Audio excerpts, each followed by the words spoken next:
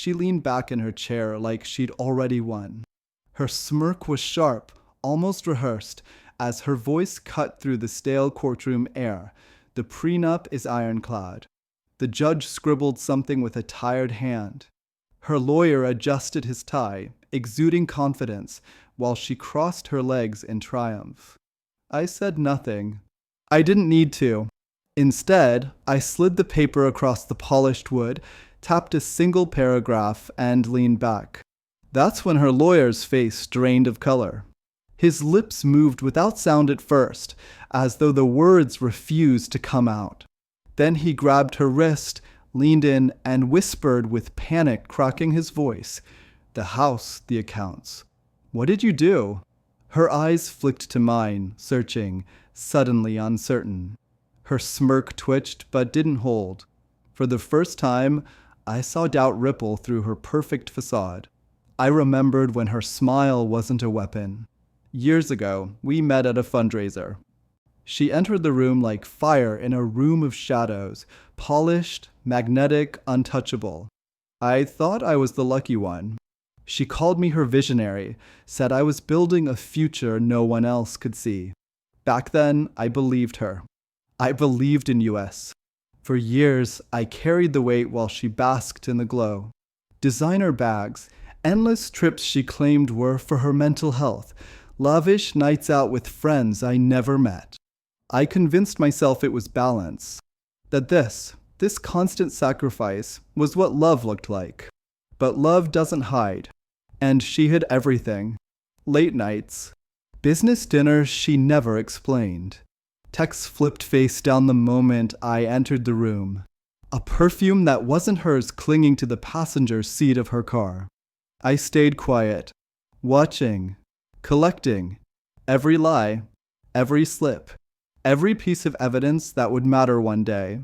The breaking point came with her laughter behind the bathroom door. She thought I was asleep. Her voice was playful, low, dripping with cruelty. "Once it's done, the house is mine. He won't see it coming. He's too soft." That night I didn't sleep. By dawn, I wasn't her husband anymore. I was something else, something sharper, colder. She thought the prenup was her fortress. She pushed for it before the wedding, pretending it was protection for both of us. In reality, IT was her escape hatch, engineered against me. But she underestimated me. Months before the wedding, when drafts were shuttled between lawyers, I sat alone in my office, a single lamp burning, documents spread out like battle maps. While she planned her perfect exit, I was drafting mine. Line by line, I rewrote her victory into her downfall.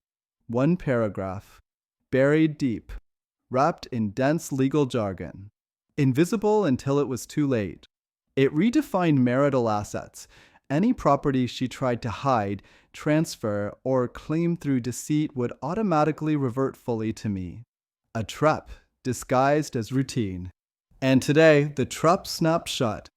She strutted into court in a designer dress, dripping arrogance, certain she'd walk out richer, freer. I let her believe it. I let her bask in the illusion. When her lawyer read the clause aloud, his throat constricted. His eyes darted from the page to her, then to the judge. Sweat broke across his forehead.